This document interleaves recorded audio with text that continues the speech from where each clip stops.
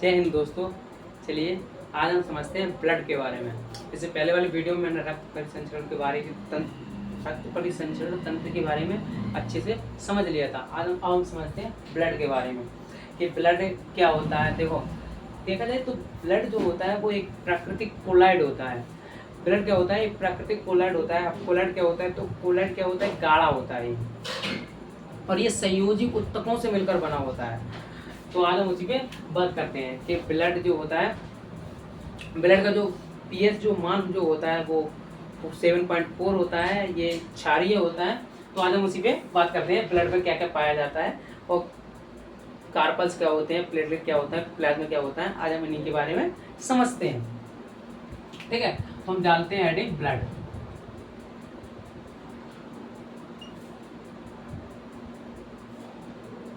यानी कि रक्त।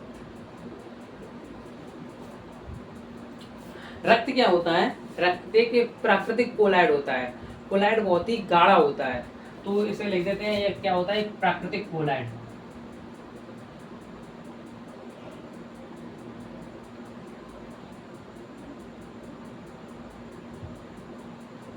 कोलाइड होता है, क्या होता है? गाढ़ा, गाढ़ा होता है। ठीक है, अब बात कर रहे हैं हम रक्त का जो पीएच मान होता है। रक्त का जो पीएच होता है वो 7.4 होता है। अब एक चीज होती है, ये रक्त अम्लीय होगा कि क्षारीय होगा, ये कैसे पता चलता है? तो जो एक पीएच स्केल होती है, पीएच की जो फुल फॉर्म होती है वो होती है power of hydrogen. Power of hydrogen. इसका क्या होता है? जो एक सोरेनसन नामक विद्वान थे, उन्होंने एक स्केल बनाई। जैसे एक स्केल थी ऐसे, ये स्केल थी। यहाँ से शुरू होता था 0 से और ये खत्म होता है 14 पे। 14 पे, ठीक है, 14 पे खत्म होता था। 14 पे खत्म होता था, 1 से लेके ये पीएच स्केल थी। तो इसमें क्या था? इसमें 1 2 ऐसे करके बढ़ते गए। जब ये 7 पे आया, यहाँ पे 7 होगा, तो 7 देखो, 1 से लेके 7 तक ये पावर ऑफ हाइड्रोजन को दिखाता है। तो 1 से लेके जो 7 तक थे ये अम्लीय होते हैं। जिस तत्व में या फिर जिस प्रोडक्ट मतलब यौगिक में जो हाइड्रोजन की जो पावर ऑफ हाइड्रोजन होती है वो 1 से लेके 7 के बीच में अणु को जो हाइड्रोजन के जो अणु होते हैं वो 1 से लेके 7 के बीच में आता है, तो अम्लीय होते हैं। और 7 से अगर ज्यादा है, अगर 7 प्लस है, 7 प्लस है, इधर खाई है, तो क्षारीय होता है। तो क्या होता है? क्षारीय। क्या होता है? क्षारीय। और 7 ही है तो उदासीन होता है। उदासीन क्या होता है? ना तो वो अम्लीय है ना तो वो क्षारीय है। तो इसका जो होता है वो 7.4 होता है, जिस कारण ये क्या होता है? 7 से ज्यादा ये क्या है? क्षारीय है।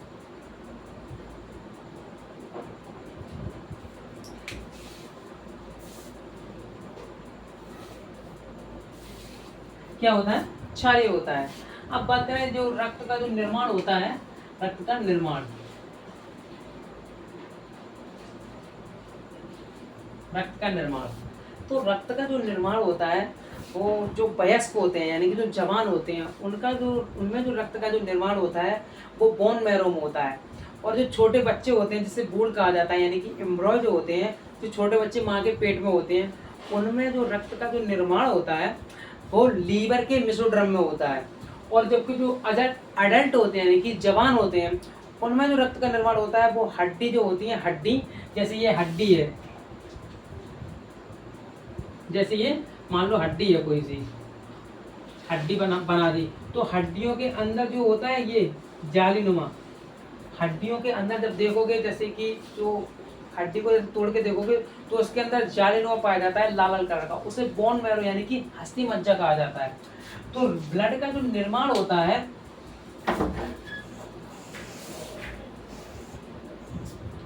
ब्लड का जो निर्माण होता है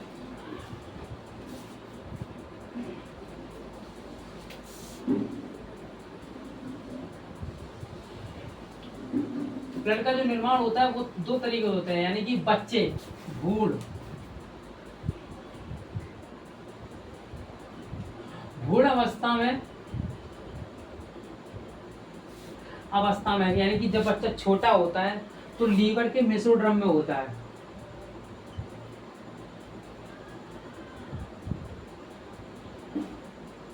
मेसोड्रम में होता है। और जब जवान होता है यानी कि एडल्ट होता है, वयस्क यानी कि एडल्ट जो होता है उसमें जो रक्त का जो निर्माण होता है वो बोन मैरो यानी कि हस्ती मज्जा में होता है।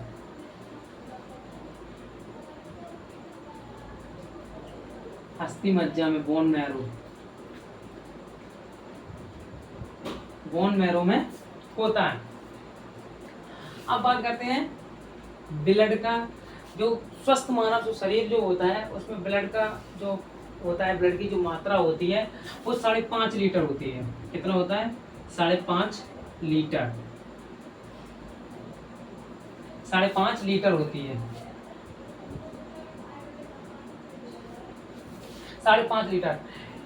इसमें क्या होता है, जो मेल होते हैं यानी कि जो पुरुष होते हैं उनमें जो नॉर्मल जो होती है, मतलब कि स्वस्थ मानव जो शरीर में जो ब्लड की जो मात्रा होती है वो 5.5 लीटर होनी चाहिए।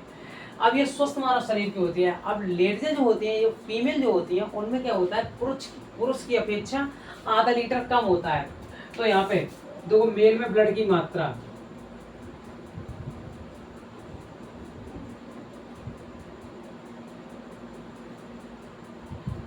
रक्त की मात्रा किसमें? मेल में 5.5 लीटर और रक्त की मात्रा फीमेल में 5 लीटर। 5 लीटर होती है। फीमेल में जो होता है वो पुरुष की अपेक्षा कम रहता है। अब बात करते हैं ब्लड का जो काम होता है। तो ब्लड क्या होता है, ये बहुत ही जो शरीर में जो पोषक जो पदार्थ होते हैं और तथा जो गैसें होती हैं उन इसके माध्यम से ही क्या होता है, ये परिवहन करता है। ब्लड क्या करता है? परिवहन करता है।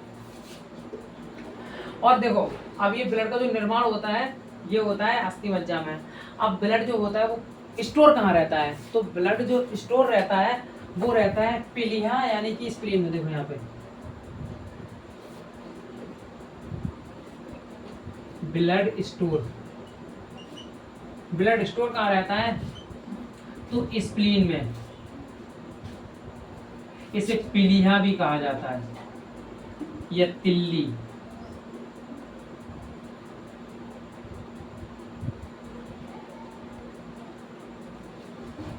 पीलिया या तिल्ली में स्टोर रहता था। इसे ब्लड बैंक भी कहा जाता है।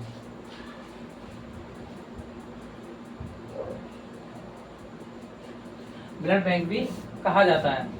ठीक है।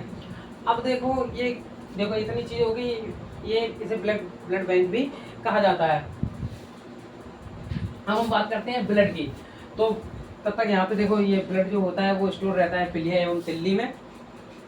इसका जो काम होता है, देखो अब ब्लड का काम बताते हैं, यहाँ पे लिख देते हैं ब्लड का जो काम होता है ये क्या करता है? गैसों तथा पोषक पदार्थ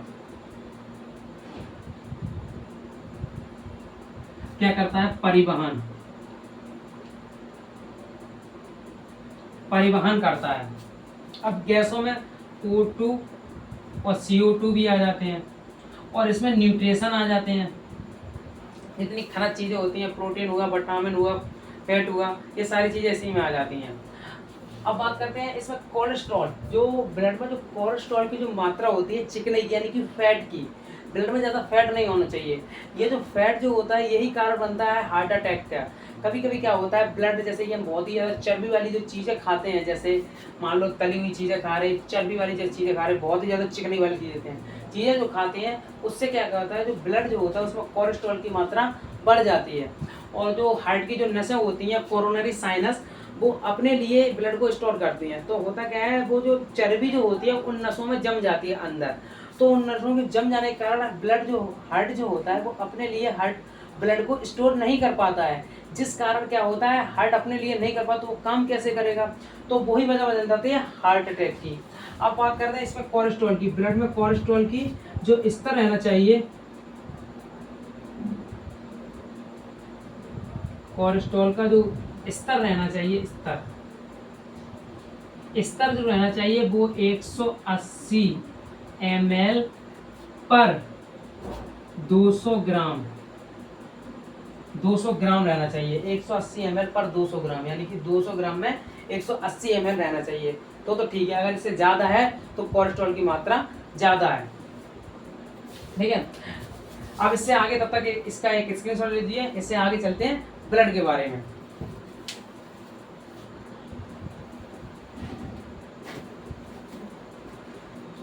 ठीक है, आम समझते हैं। देखो ब्लड जो होता है इसमें दो चीजें पाई जाती हैं।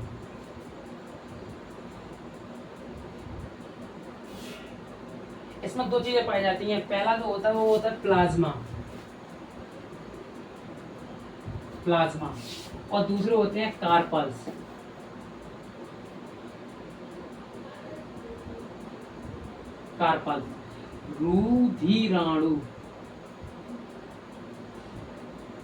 रुधिराणु, ठीक है। इसमें जो प्लाज्मा की जो ब्लड जो होता है, ओवरऑल ब्लड में जो प्लाज्मा की जो मात्रा होती है वो होती है 60%, और बाकी 40% होते हैं कार्पल्स, ठीक है। ओवरऑल ब्लड में अब एक चीज को समझिए, जो ब्लड जो होता है इसमें 60% प्लाज्मा होता है, और बाकी जो 40% होते हैं वो कड़िया भाग होता है, जिसमें आरबीसी भी आती है, डब्ल्यूबीसी भी आती है, प्लेटलेट भी आता है, और बाकी जो प्लाज्मा जो अवस्था होती है, वो प्लाज्मा जो पार्ट होता है वो होता है 60%। इस प्लाज्मा जो होता है इसमें दो प्रकार के प्रोटीन पाए जाते हैं।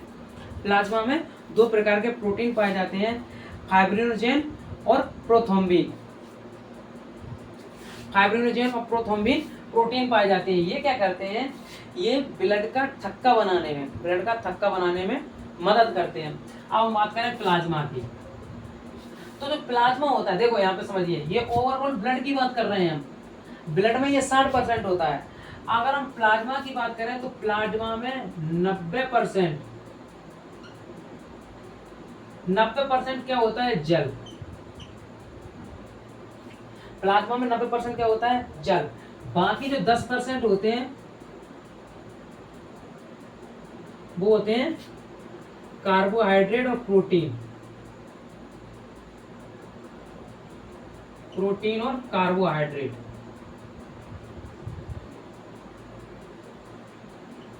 कार्बोहाइड्रेट होते हैं। इसमें दो प्रकार की प्रोटीन पाई जाती हैं, जिसमें पहले का जो नाम होता है वो होता है फाइब्रिनोजेन,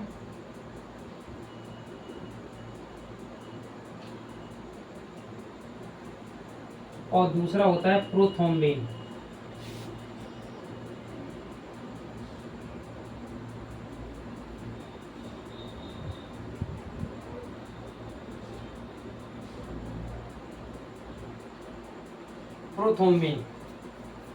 ठीक है। अब क्या होता है, जो प्लाज्मा जो होता है इसमें क्या होता है, इसमें देखो एक चीज बताइए, अब जैसे हम जल पीते हैं तो जल पीतेंगे तो हम मेरा प्लाज्मा बढ़ेगा, और प्लाज्मा ओवरऑल भाग होता है ब्लड, और पूरे ब्लड का भाग होता है 60%। अगर हम बात करें जल की, तो लोग कहते हैं पानी पीने से क्या होता है, पानी पीने से भी खून बढ़ता है। कैसे, तो ऐसे बढ़ता है, हालांकि ये कार्बल्स नहीं बढ़ेंगे, लेकिन जल की मात्रा प्लाज्मा को बढ़ा देती है। तो प्लाज्मा जब बढ़ेगा तो ये भी बढ़ जाएगा, ब्लड भी बढ़ जाएगा, क्योंकि ब्लड का ओवरऑल 60% तो प्लाज्मा होता है, और उसमें 90% क्या होता है, जल। बाकी 10% में प्रोटीन और कार्बोहाइड्रेट पाए जाते हैं। इसमें दो प्रोटीन पाए जाते हैं, फाइब्रिनोजेन और प्रोथ्रोम्बिन। अब क्या होता है, देखा हो तुमने, जो क्लिनिक वगैरह होते हैं, देखो जैसे कि जो प्लाज्मा में से अगर हम ये प्रोटीन को निकाल दें, ये फाइब्रिनोजेन जो है इसको हम निकाल दें, मान लो हटा दें, निकाल के हटा दें, तो जो बच जाता है पीला पीला, इसका हल्के पीले रंग का जो बच जाता है उसे सीरम कहा जाता है। जो देखा हो, जो क्लिनिक जो होती हैं, जो ब्लड को टेस्ट करते हैं, वो क्या करते हैं, प्लाज्मा से इस फाइब्रिनोजेन को हटा देते हैं, जैसे सीरम कहा जाता है। इससे क्या होता है, इससे बीमारियों की जांच की जाती है। किससे? सीरम से। तो बीमारियों की जो जांच होती है वो प्लाज्मा से की जाती है, ठीक है। तो इसमें क्या होता है, इसमें फाइब्रिनोजेन जब निकाल लेते हैं तो शेष बचे भाग को जब प्लाज्मा में से फाइब्रिनोजेन नामक प्रोटीन को निकाल के अलग कर देते हैं, तो शेष बचे जो भाग जो होता है प्लाज्मा का, वो हल्के पीले रंग का दिखाई देता है। उसे क्या कहा जाता है? सीरम। सीरम। तो यहाँ पे लिख देते हैं सीरम। सीरम में फाइब्रिनोजेन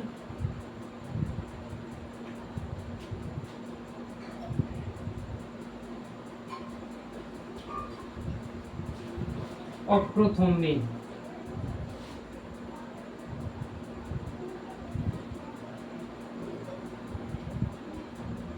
प्रोथ्रोम्बिन इसमें क्या होता है, इसे बाहर निकाल देते हैं, इसे हटा देते हैं, तो बचा होता है उसे कहा जाता है सीरम, प्लाज्मा में से।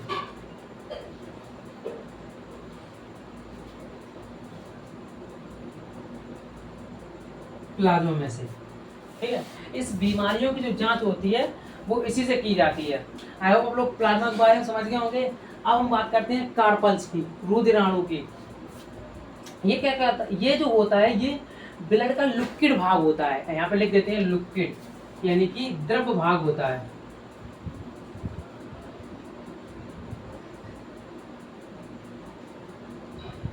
द्रव्य भाग होता है।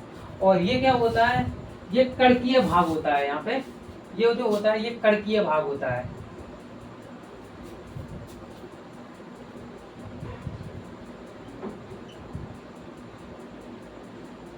ये कणकीय भाग होता है। अब बात करते हैं इसकी, कार्पल्स की।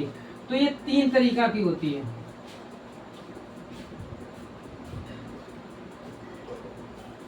ये जो कार्पल्स जो होते हैं ये ब्लड में कणकीय भाग होते हैं, जो ब्लड में तैरते रहते हैं। किसमें? प्लाज्मा में तैरते रहते हैं। प्लाज्मा में तैरते रहते हैं। और ये क्या करता है, देखो ये इससे बीमारी की जांच भी होती है और ये बीमारियों से रक्षा भी करता है। कौन? प्लाज्मा। अब क्या होता है, ये इसमें आरबीसी, डब्ल्यूबीसी और प्लेटलेट।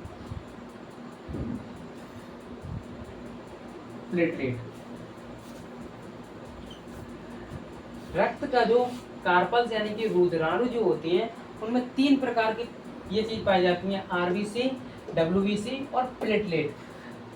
अब इनको समझते हैं आरबीसी के बारे में, ठीक है। तब तक इधर मेट दूं, ये चीज को मेट दूं। अब इनके बारे में समझते हैं, आरबीसी के बारे में।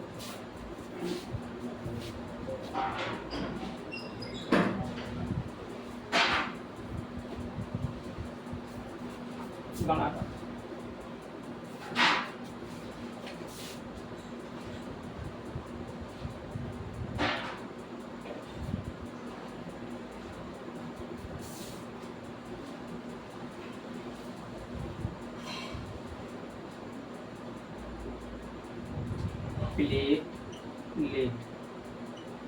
प्लेटलेट।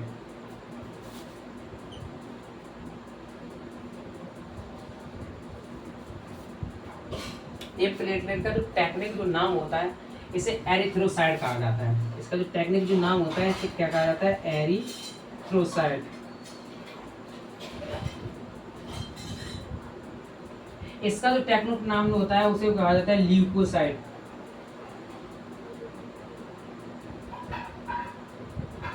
और इसे कहा जाता है लिम्फोसाइट, नहीं प्रोथ्रोम्बिन, थ्रोम्बोसाइट, सॉरी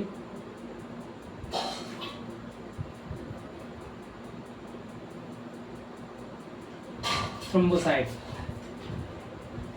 ये जो थ्रोम्बोसाइट कहा जाता है। अब बात करते हैं आरबीसी की। आरबीसी की जो फुल फॉर्म होती है इसे रेड ब्लड कार्पल्स कहा जाता है, लाल रक्त कणिकाएं। ये क्या होते हैं, ये कार्पल्स का जो 40% जो भाग होता है कार्पल्स का, इसमें सबसे ज्यादा जो पार्ट होता है वो होता है आरबीसी। आरबीसी क्या होता है, ये 90% होता है कार्पल्स का, यानी कि रुधिराणु का 90% भाग होता है ये।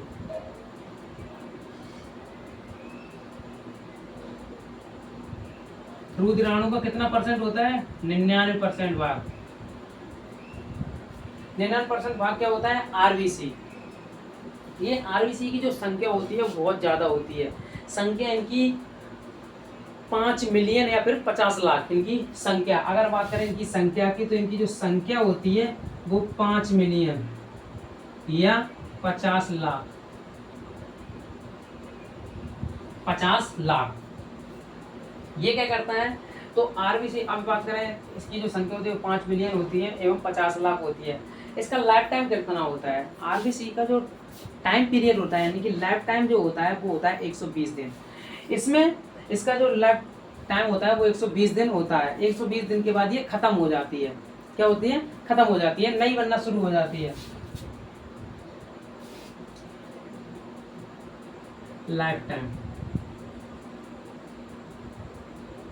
लाइफ टाइम होता है 120 दिन, 120 डेज। अब बात करें इसका निर्माण की, तो इसमें निर्माण, ये निर्माण कहाँ होती है? तो ये निर्माण, इसका जो निर्माण होता है वो होता है बोन मैरो में, अस्थि मज्जा में, अस्थि मज्जा में होता है। इसका काम क्या क्या होता है? तो ये गैसों का परिवहन करता है। इसका काम बोले तो ये गैसों का परिवहन करता है।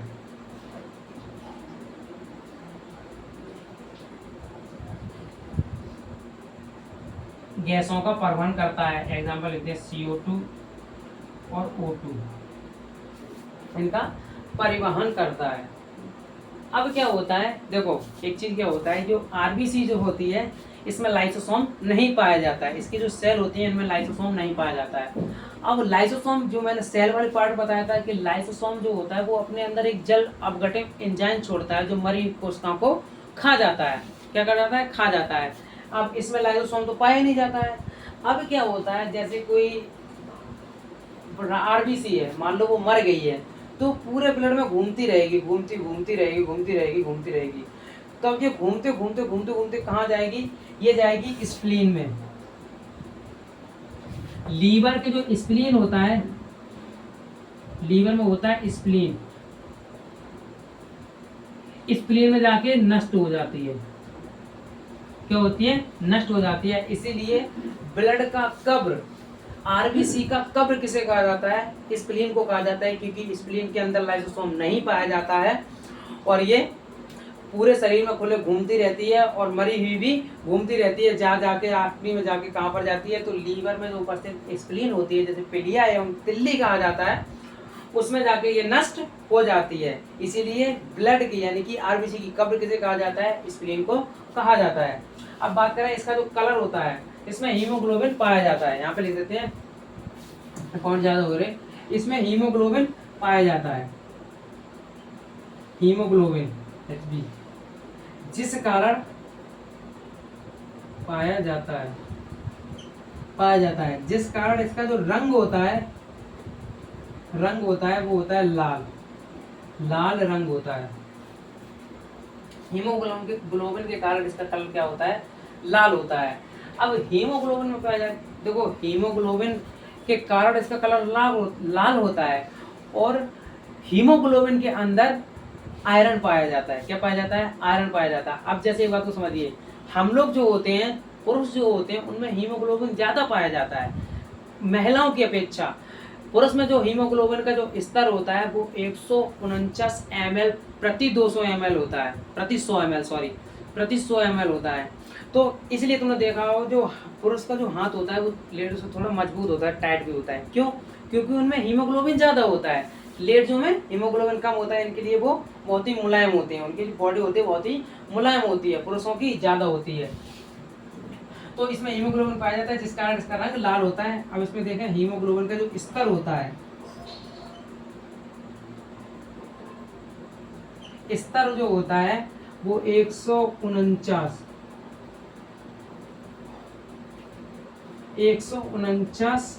mm प्रति 100 ml होता है। किसमें? मेल में, ठीक है।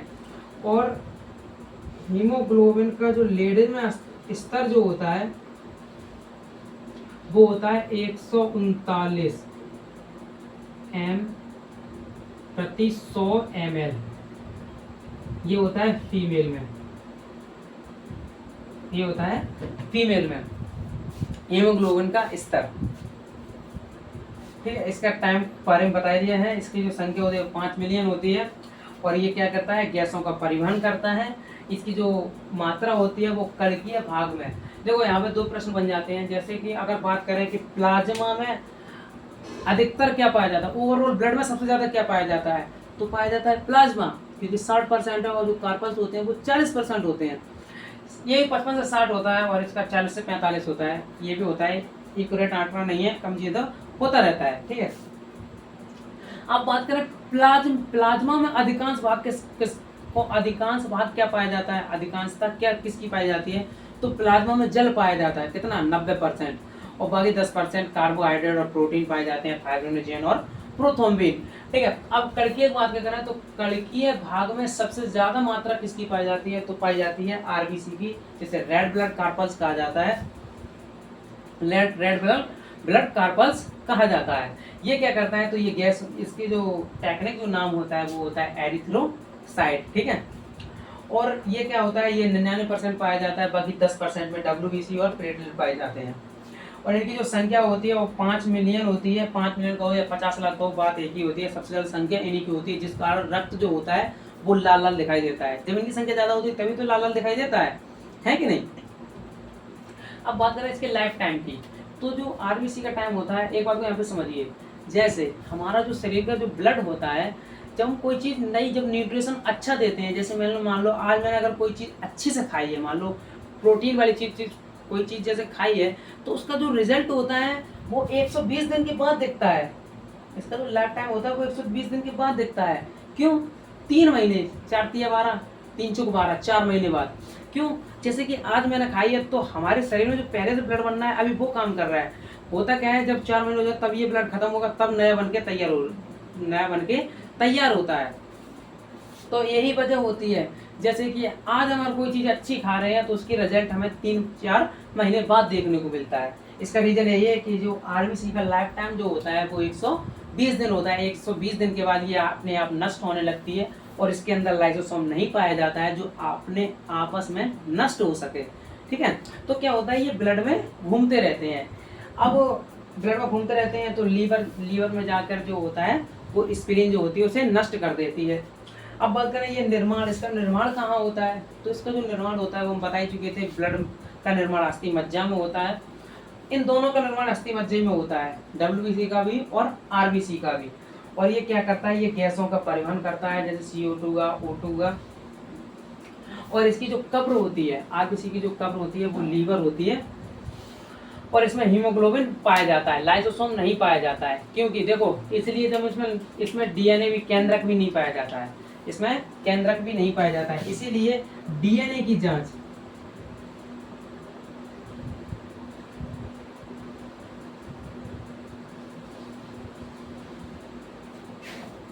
नहीं पाया जाता है। इसीलिए जो डीएनए की जांच कभी ब्लड की आरबीसी से नहीं होगा, लेकिन जो डब्ल्यूबीसी होता है इसके अंदर केंद्रक पाया जाता है। अब जब केंद्रक नहीं पाया तो क्रोमोसोम में नहीं पाया जाता तो जीन मिलेगा ही नहीं, तो आरबीसी से कोई जीन की मतलब उसकी जांच नहीं हो सकती है, क्योंकि इसमें केंद्रक ही नहीं पाया जाता है, लाइसोसोम भी नहीं पाया जाता है, जिस कारण ये बता ही चुके हैं। इसमें हीमोग्लोबिन की मात्रा अधिक पाई जाती है, जिस कारण ये लाल दिखाई देता है। ये प्रश्न पूछा हुआ भी है कि अधिकांश रक्त का लाल भाग किसके कारण होता है, तो हीमोग्लोबिन के अधिक होने के कारण। अब पूछेगा हीमोग्लोबिन में क्या अधिक पाया जाता है, सबसे अधिक क्या पाया जाता है, हीमोग्लोबिन में आयरन पाया जाता है। ये हीमोग्लोबिन जो होता है ये फीमेल और मेल में एंटर डिफरेंस करता है, क्योंकि मेल की जो बॉडी होती है वो थोड़ी मजबूत होती है, क्योंकि उनमें हीमोग्लोबिन का स्तर जो होता है वो ज़्यादा होता है। 149 44 लिख दिए, 149 एम प्रति 100 ml होता है मेल में, और फीमेल में होता है 139 एम प्रति 100 ml। उसमें केंद्रक भी पाया जाता है। अब वीडियो लंबा हो रहा है, इसके आगे वाली वीडियो हम समझते हैं डब्ल्यूबीसी के बारे में और प्लेटलेट के बारे में। ठीक है, वीडियो ज़्यादा लंबा हो जाएगा इसलिए। आई होप आपको ये समझ में आया होगा आरबीसी के बारे में। मिलते हैं इसी का नेक्स्ट पार्ट 2 पार्ट में बता देंगे इसके बारे में, डब्ल्यूबीसी के बारे में और प्लेटलेट के बारे में। तब तक के लिए थैंक यू वेरी मच।